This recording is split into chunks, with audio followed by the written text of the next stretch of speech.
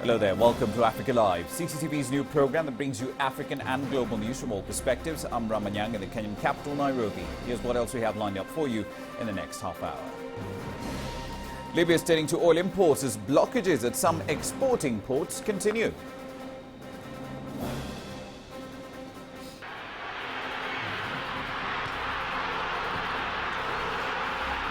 And as far as surprises go, this is a good one. The Moroccan soccer champions have reached the finals of the FIFA Club World Cup.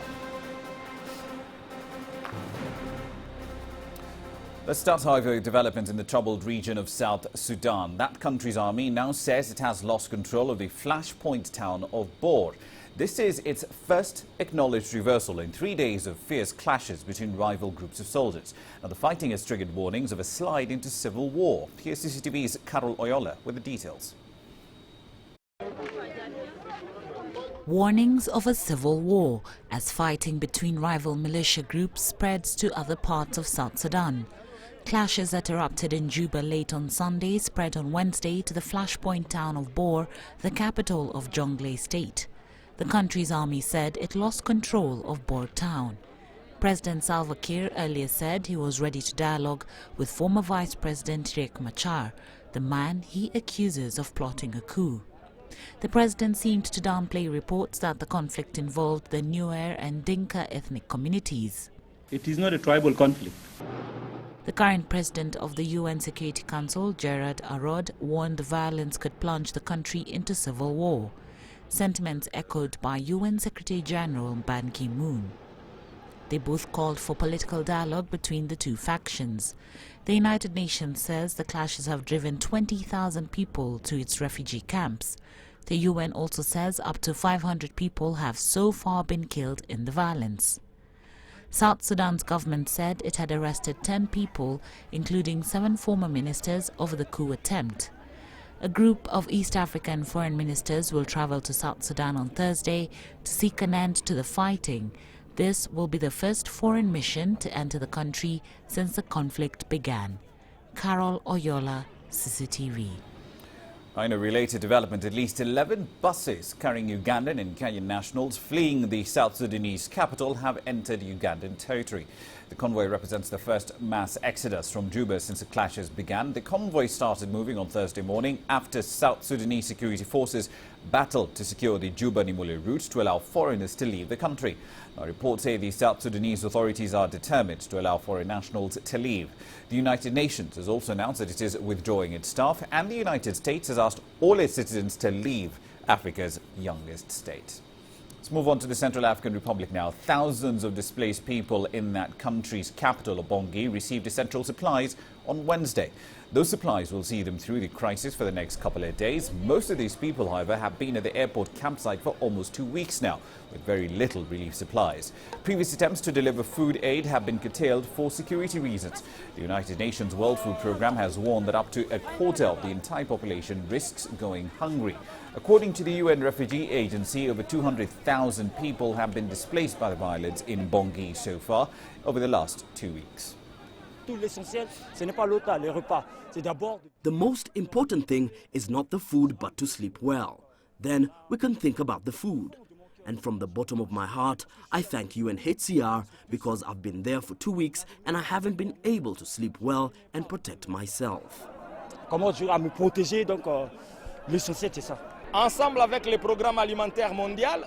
with the World Food Programme, we'll give rations out for 3 days, and after 3 days, we'll see if we need to distribute dry rations again, or whether we can go onto a canteen system and distribute meals.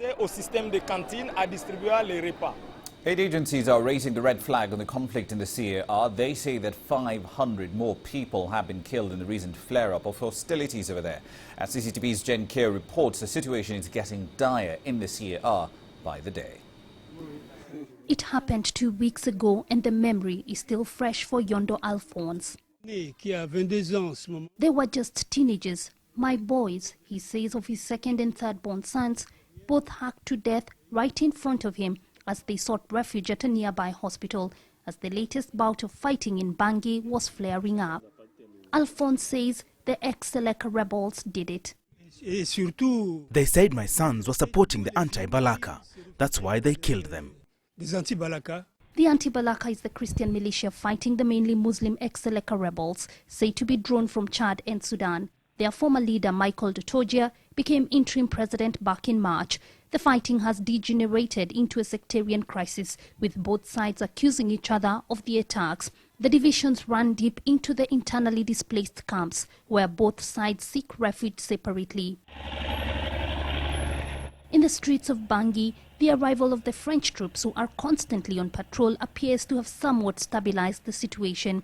But fear and tension continue to reign. The UN has warned that a quarter of the 5.2 million population is at risk of hunger. And with the same thread of depressing tales running through here, back in Alphonse's home, they are still mourning. Ce n'est pas à définir. I can't explain what I'm feeling. It's too painful, and the government is not doing enough to stop this. And like everyone in the Central African Republic, they are hoping this will all be over soon. Jane Keo, CCTV, Bangui, in the Central African Republic. Time for a short break here on Africa Live, but there's plenty more content coming up. Under control, Uganda denies a United Nations report suggesting that commanders of the M23 are roaming freely on its territory. And counters out supporters of the ousted President Mohamed Morsi say they will stay clear of the constitutional referendum. We'll tell you why when we come back.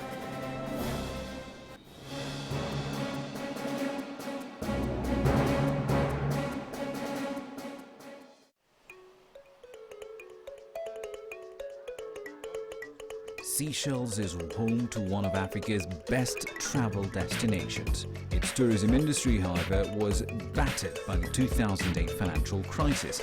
Today, though, the tourism sector and the economy is bouncing back. The question is, though, what is the secret to that change?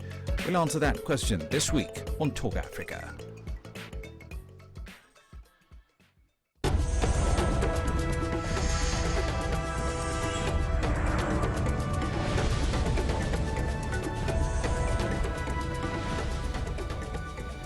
Welcome back. Let's move on to Uganda. That country has dismissed reports by a UN panel of experts which essentially argue that M23 rebel commanders are moving freely in the country and traveling to recruit fighters in Rwanda. Uganda's military insists it's handling the defeated fighters as required by international law, and it's only waiting for the implementation of the peace deal between the M23 and the DRC's government. From Kampala, here's Leon Senyange.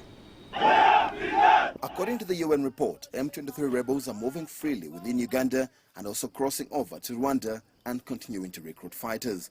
However, the Uganda People's Defense Forces insist the M23 rebels in the hands of the Ugandan government are being kept in a secluded military barracks in the southwest part of the country. We cannot allow them to roam around the country. They are rebels from another country. We did them a favor to provide them an area where they can assemble after they were defeated. The fate of the M23 commander Sultan Makenga, who is under the protection of the Uganda government, remains unclear.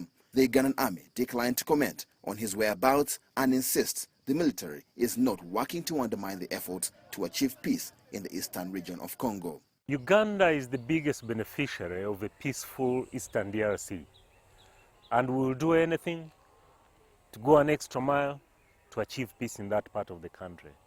We cannot be the ones support people who will be against the stability of that area. So these accusations that are running around are misplaced. Uganda brokered talks between the M23 rebels and the Kinshasa government of President Joseph Kabila. The two parties later signed a peace declaration earlier this month in Kenya's capital, Nairobi. The UN report claims that the M23 are not only having free movement, but are continuing to recruit in neighboring Rwanda. This runs directly contrary to Uganda's claims that the 1,500 rebels are well under their control. Still, all sides must wait for the peace deal signed between the M23 and President Kabila's government to be implemented before the rebels can be sent back home. Leon Senyange, CCTV, Kampala. Elsewhere, the island nation of Madagascar is set for a runoff presidential election on Friday after the two frontrunners failed to score a commanding victory in October's first-round polls. Now, both Jean-Louis Robinson and his rival rely on supporters of their respective sponsors. That's the outgoing president, Andry Rajoelina, and the man he deposed with the army's help in 2009, Marc Ravalomanana. The election follows 5 years of political stalemate, and there are high hopes that political stability will return and hopefully come along with economic growth to the island. Over in North Africa, the Anti-Coup Alliance, it's a loose coalition of Egyptian political parties supporting the ousted head of state Mohamed Morsi, has announced that it will boycott the constitutional referendum scheduled to take place in mid-January. Now, they add doubt, however, that this boycott will have a major influence on the results of the final vote. Here's CCTV's Adel Makhrouki with the report. After President Morsi was ousted on July 3rd, the Muslim Brotherhood and their allies rejected to participate in the assembly assigned to amend their 2012 constitution. And since the interim president Hadi Mansour called Egyptians for a referendum on January 14 and 15, they have been discussing their form of participation. They reached the conclusion to boycott. We're facing a referendum for a constitution composed by an appointed committee, which is as a result of a coup. We do not recognize anything produced under this coup. The Anti-Coup Alliance rejected participating with a no vote as it will be a sign of accepting ousting Morsi. Yet some analysts say they cannot afford to boycott. The announced boycott doesn't mean it's going to be a real boycott, meaning that Muslim Brotherhood and supporters will go to the ballot box and put a no vote. To decrease the volume of approval on the constitution, this will be in their favor. They can claim then that there is a popular rejection to the constitution. In the 2012 referendum, 10.7 million Egyptians voted yes. This includes the Muslim Brotherhood, the Salafi Noor Party, the rest of the allies, and vibrant voters. Analysts say the Noor Party represented at least a quarter of those, and by excluding the vibrant votes, they expect this leaves roughly 5 million voters supporting the Brotherhood. That's almost the same number of votes that Morsi gained in the first round of presidential elections. So even if they vote no, they would represent less than 1/3 in a low turnout referendum. But the Anti-Coup Alliance says the majority of the public will boycott. Those who created the coup cannot support democracy because there already was one. So they will forge the results of a referendum, no doubt. The transparency of the referendum has become one of the biggest guarantees for the integrity of the entire Egyptian political transition.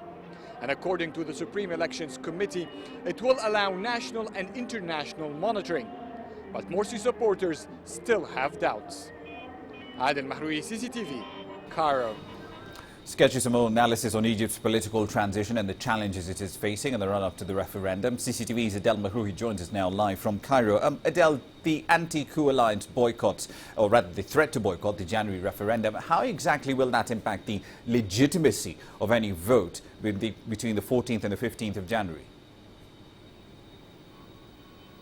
Well, as you've just heard it's generally not a matter of a direct impact, but it's also there is a dynamic or a variable that would give an indication of how this boycott will impact the entire results. So, for instance, in the 2012 referendum, only 33% of the Egyptian eligible voters went to vote. Of those, about 10.7 million that said yes, which are generally about 20% of the entire eligible voters.